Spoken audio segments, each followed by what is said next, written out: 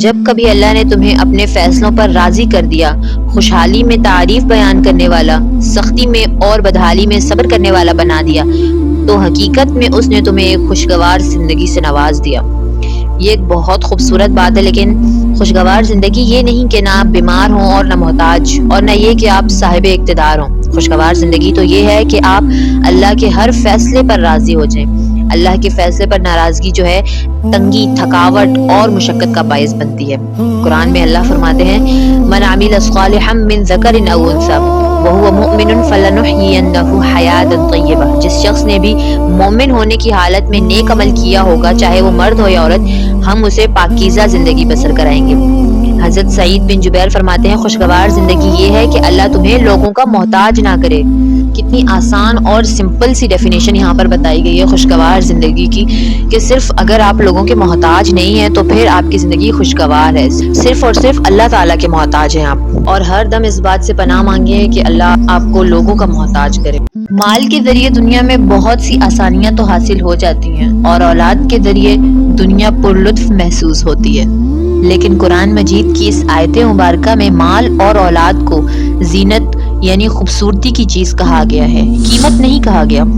اللہ فرماتے ہیں المال والبنون زینت الحیات الدنیا، مال اور اولاد دنیاوی زندگی کی زینت ہیں۔ انسان تو حقیقت میں اپنے علم سے پہچانا جاتا ہے، اپنی مملوکہ چیز سے نہیں۔ انسان اپنے دل کی خوبیوں سے پہچانا جاتا ہے، اپنی جیب میں رکھی ہوئی رقم سے نہیں۔ انسان اپنی مہربانیوں سے پہچانا جاتا ہے، اپنی حکومت سے نہیں۔ انسان اپنی نرمی سے پہچانا جاتا ہے، اپنی سختی سے نہیں۔ آپ ان لوگوں میں سے مت بننا جنہوں نے پہلے تو قارون سے اس کے مال پر حسد کیا، پھر جب قارون اپنے مال اور اپنے گھر کے ساتھ زمین میں دھسا دیا گیا تو پھر آخر میں انہیں اصلی حقیقت کا پتہ چلا۔ لیکن آپ جلد از جلد حقیقت کو سمجھ لیں۔ اللہ تعالیٰ کی مہربانیاں ہم پر جاری اور ساری ہوتی ہیں اور ہمیں پتہ بھی نہیں چلتا۔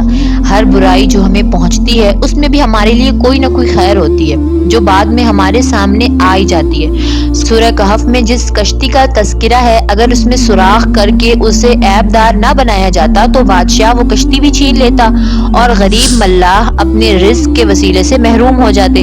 سورہ کہف میں جس لڑکے کا ذکر ہے، اگر وہ قتل نہ ہوتا تو خود بھی نافرمان ہوتا اور اپنے والدین کو بھی نافرمانی میں ڈال دیتا، یہاں تک کہ دیوار اگر سیدھی نہ کی جاتی تو 2 یتیم بچوں کا حق بھی ضائع ہو جاتا۔ اللہ تعالیٰ پر یقین رکھیں، بھلائی والے رب کی طرف بھلائی ہی نصیب ہوگی۔ قرآن میں اللہ تعالیٰ فرماتا ہے لا تحسبوه شرا لکم، تم اس بات کو اپنے لیے برا نہ سمجھو بلکہ یہ تمہارے لیے بہتر ہی بہتر ہے۔ لیکن ہم ہر بات میں اللہ تعالیٰ سے گلے شکوے کرنا شروع کر دیتے ہیں کہ میرے ساتھ ہی ایسا کیوں؟ جب وہ اللہ ہر کام کی تدبیر کر دیتا ہے تو آپ پریشان کیوں ہیں؟ اللہ تعالیٰ پر اپنا یقین مضبوط رکھیں۔ جس بیماری میں آپ مبتلا ہوئے ہیں اس کی شفا بھی اللہ تعالیٰ کے پاس ہے۔ وہ قرض جس نے آپ کو پریشان کر رکھا ہے اس کی ادائیگی کا انتظام بھی اس کے پاس موجود ہے۔ وہ غم جس نے آپ کو بوجھل کر رکھا ہے اس کو ختم کرنا بھی اللہ تعالیٰ کے بس میں ہے۔ وہ تنگی جس نے آپ کی زندگی کو بے مزہ کر دیا ہے اس سے چھٹکارا حاصل کرنا بھی اللہ تعالیٰ کے اختیار میں ہے۔ ہمیشہ اللہ تعالیٰ کے دروازے پر پناہ حاصل کرو۔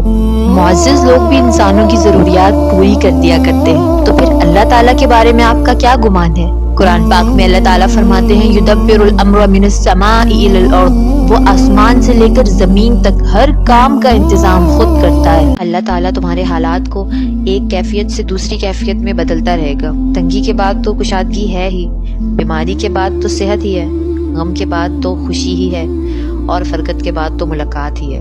یہ دنیا ایک حالت پر کبھی نہیں رہ سکتی۔ ان میں سے لوگوں کے حالات غربت، مالداری، صحت اور بیماری، تنگی اور کشادگی، رخصت ہونے اور ملاقات ہونے کے اعتبار سے ہمیشہ بدلتے رہیں گے۔ اللہ نے فرمایا لَتَرْكَبُنَّ طَبَقًا عَنْ طَبَقٍ، تم سب ایک منزل سے دوسری منزل کی طرف چڑھتے جاؤ گے۔ حقیقی خوش قسمت وہ ہے جو ہر حال میں اللہ تعالیٰ کے ساتھ ہو۔ یہ بات اہمیت نہیں رکھتی کہ آپ کہاں ہیں، اہمیت اس بات کی ہے کہ آپ کیسے ہیں۔